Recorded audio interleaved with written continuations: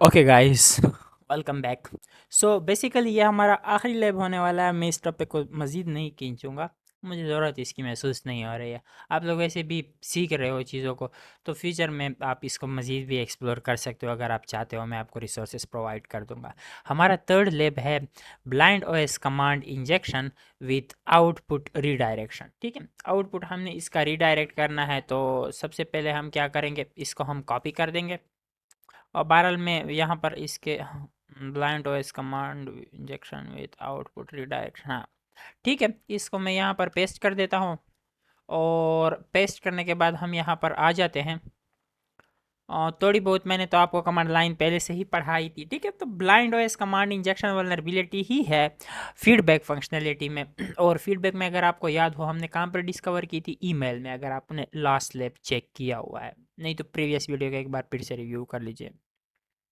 तो हमने करना क्या है, आउटपुट की जो फाइल होगी ना, आउटपुट तो हमें दिखेगा नहीं, दैट्स वाई हमें करना क्या है, जो हमारा आउटपुट है उसको हमने किसी एक फाइल में रिडायरेक्ट करके ब्राउज करना है। ठीक है, यही है एक हमारे, इन्होंने हमें एक राइटेबल डायरेक्टरी दी हुई है कि भाई वार www फॉरवर्ड स्लैश इमेजेस नाम की एक डायरेक्टरी है, इमेजेस, जो कि राइटेबल है, जिस पे आप डेटा वगैरह राइट कर सकते हो। ठीक है, आपने क्या करना है हु एम आई की जो कमांड है उसको आपने एक आउटपुट txt फाइल के अंदर रिडायरेक्ट करके यहाँ पर स्टोर करना है इस डायरेक्टरी में, और फिर आपने ब्राउजर के थ्रू उसको ब्राउज करवाना है ताकि आपको आउटपुट मिल जाए। अब ये भी एक टाइप की ओएस कमांड इंजेक्शन वल्नरेबिलिटी ही है, जिसमें आप क्या कर रहे हो, आप अपने कमांड को, आप अपनी मिलीशियस कमांड को जो आप एग्जीक्यूट करना चाहते हो सर्वर पर, आप उसको एक आउटपुट फाइल में रीडायरेक्ट कर रहे हो, और फिर वो जो है ना, आप एप्लीकेशन के थ्रू उसको ब्राउज करने की कोशिश कर रहे हो। तो यहाँ पर हम आ जाते हैं फीडबैक फंक्शनलिटी पे, हम चले जाते हैं, जो कि वल्नरेबल है। यहाँ पर मैं डेटा डाल दूंगा test test at the rate test और टेस्ट और टेस्ट। ठीक है, ये मैंने डेटा अपलोड कर दिया है। मैं यहाँ पर प्रॉक्सी में आ जाता हूँ, इंटरसेप्टर पे ऑन कर लेता हूँ इंटरसेप्टर को, और ये कुछ जंक डेटा अगर स्टोर हो भी जाए फ़र्क नहीं पड़ता, आपने सबमिट फीडबैक पे क्लिक करना है। ये हमारी ओरिजिनल रिक्वेस्ट है, इसको आप रीड कर सकते हो। ये रहा forward slash feedback submit, forward slash ये फीडबैक सबमिट, हम ये रहा, ये वो बटन है सबमिट फीडबैक का। ठीक है, इस रिक्वेस्ट को मैं भेज दूंगा रिपीटर पे, और इसको मैं टर्न ऑफ कर दूंगा, रिपीटर को, सॉरी इंट्रूडर को, इंटरसेप्टर को मैं टर्न ऑफ कर दूंगा। मैं चला जाता हूँ रिपीटर पे, नॉर्मली इसको भिजवा देता हूँ, फॉरवर्ड करवा देता हूँ। फॉरवर्ड करवाने के बाद आप देख सकते हो हमें कोई भी आउटपुट नहीं मिल रही। अब मैं अपना वक्त ज़्यादा इस पे ज़ाया करने वाला नहीं हूँ, तो मुझे पता है कि ना तो नेम पैरामीटर वल्नरेबल है, ना ही सब्जेक्ट में वल्नरेबल है, ना ही मैसेज वल्नरेबल है। आपने रियल लाइफ में क्या करना है, हर एक पैरामीटर को आपने टेस्ट करना है। ठीक है, तो let's create a payload for it. अब ये हमारा प्रीवियस लैब के लिए था, हम एक न्यू पेलोड क्रिएट कर लेते हैं यहाँ पर। और हमारा जो न्यू पेलोड है वो किस तरीके से है, फॉर्मेट उसकी वही होगी, स्टार्ट में हम दो वो लगा लेंगे, पाइप्स लगा लेंगे। उसके बाद मैं क्या करूँगा, कौन सी कमांड है जो हम सर्वर पर एग्जीक्यूट करना चाहते हैं, वेल हु एम आई को मैं एग्जीक्यूट करना चाहता हूँ, हु एम आई। ठीक है, अब मैं हु एम आई को एग्जीक्यूट तो कर सकता हूँ, लेकिन डायरेक्टली रिस्पांस मुझे मिलेगा नहीं, इसलिए मैं इसको रीडायरेक्ट कर दूंगा। ये रीडायरेक्टर का सैम्बल है, जिसके थ्रू हम बता रहे हैं कि भाई हम इसको रीडायरेक्ट कर दो कहाँ पर, forward slash war forward slash dub dub dub forward slash what was the name of the directory, images. ठीक है, इमेजेस। अब ये लोकेशन आपको कहाँ से मिलेगी, वेल आप लोगों को यहाँ पर इन्होंने पहले से ही प्रोवाइड की हुई है। आप पूरे के पूरे को इसको इस तरीके से कॉपी करके यहाँ पर पेस्ट कर दीजिए। ठीक है, हुए माई को मैं रीडायरेक्ट कर दिया इमेजेस डायरेक्टरी में, और यहाँ पर कोई फाइल भी तो होनी चाहिए ना जहाँ पर ये हुए माई स्टोर हो डायरेक्टली, ये तो कमांड है। तो दैट्स वाई मैं यहाँ पर इसको नाम दे देता हूँ output dot T x T, और इसको मैं क्लोज कर लेता हूँ डबल पाइप के साथ। अब पूरी हुई मेरी जो कमांड है वो पूरी हो गई है।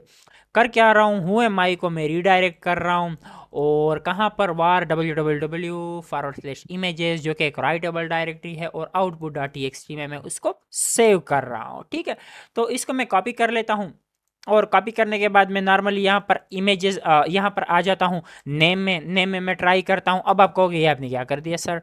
सो बेसिकली मैं यहाँ से मैं नेम के जो पैरामीटर है टेस्ट, उसको हटा के इसको डाल दूंगा। ठीक है, सेंड करवा दो, कुछ भी शो नहीं हुआ कोई बात नहीं, आप किसी इमेज को ढूंढो सॉरी, आप किसी इमेज को ढूंढो।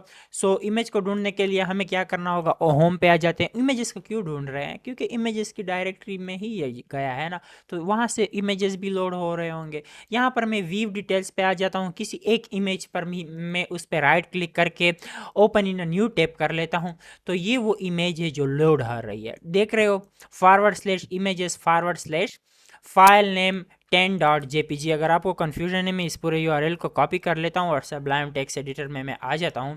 कोई सा भी टेक्स्ट एडिटर आप यूज़ कर सकते हो। ये रही वो इमेज, और ये कहाँ से लोड हो रही है, ये इस डायरेक्टरी से लोड हो रही है हमारे पास, ठीक है, ये इमेजेस। तो मैं क्या करूँगा, यहाँ 10 के बजाय लिख दूंगा वो फाइल, उस फाइल का नाम जिसमें मैंने whoami की कमांड को छुपाया हुआ है, ठीक है। मैं यहाँ पर लिख देता हूँ output.txt, और इसको मैं कॉपी करके यहाँ पर पेस्ट कर देता हूँ, वहाँ पे भी आप रिप्लेस कर सकते हो। तो आप देख रहे हो नो सच अ फाइल, इस तरह मीन्स कि जो हमारी कमांड है output.txt, हमारी ये जो पूरी कमांड है वो एग्जीक्यूट नहीं हुई है। उसकी क्या वजह है, जो नेम पैरामीटर है वो वल्नरेबल ही नहीं है, दैट्स वाई, ठीक है। अब मैं ट्राई करूँगा, किसी और पे कर लेते हैं, मैसेज पे कर लेते हैं, ठीक है। तो यहाँ पर मैसेज जो है ना, इसको मैं हटा के ये पेस्ट कर देता हूँ Ctrl+V से, और ब्राउज़र पे चला जाता हूँ और दोबारा इसको रीलोड करता हूँ। डेफिनेटली लोकेशन तो सेम ही है, कुछ भी नहीं हुआ, इट मीन्स कि ये भी वल्नरेबल नहीं है। तो अब क्या, सब्जेक्ट पे ट्राई कर लेते हैं, फॉरवर्ड कर दो, सर्वर पर भिजवा दो और रीलोड कर दो, नहीं हो रही है। अब लास्ट चीज़ बची है ईमेल। सो ईमेल की जो वैल्यू है वहाँ पर इसको पेस्ट करके फॉरवर्ड करवा दो, और यहाँ पर तो आपको रिस्पांस मिलना ही नहीं है। यहाँ से हम देखते हैं, तो अब आप देख सकते हो जो ईमेल का पैरामीटर है वो एक्चुअली में वल्नरेबल है, और वहाँ से हम इस कमांड को क्या कर सकते हैं, एग्जीक्यूट करवा सकते हैं, और हमारा लेब भी सॉल्व हो गया है। ये था हमारे कमांड का आउटपुट। आप कोई और कमांड भी इसमें छुपा सकते हो, मिसाल के तौर पर uname -a, ठीक है। ये करने के लिए आपने यहाँ पर प्लस भी लगाना होगा, प्लस हाइफन uname -a था, हाँ। प्लस मैंने इसलिए लगाया था कि उस स्पेस को मैं फिल कर लूँ। स्पेस को मैं क्यों फिल कर रहा हूँ, डेफिनेटली उसकी सबसे बड़ी वजह यह है कि ये नॉर्मली नहीं जाएगा, आपने प्लस स्पेस को फिल करना होता है।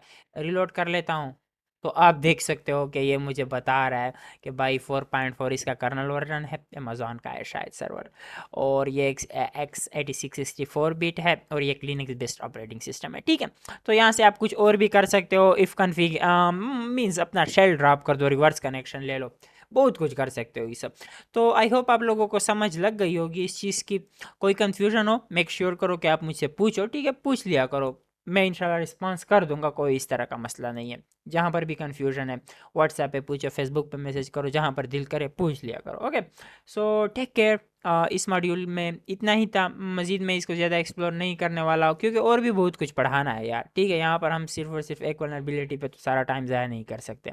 सो काफ़ी है, take care, have a good day, bye, अल्लाह हाफिज़।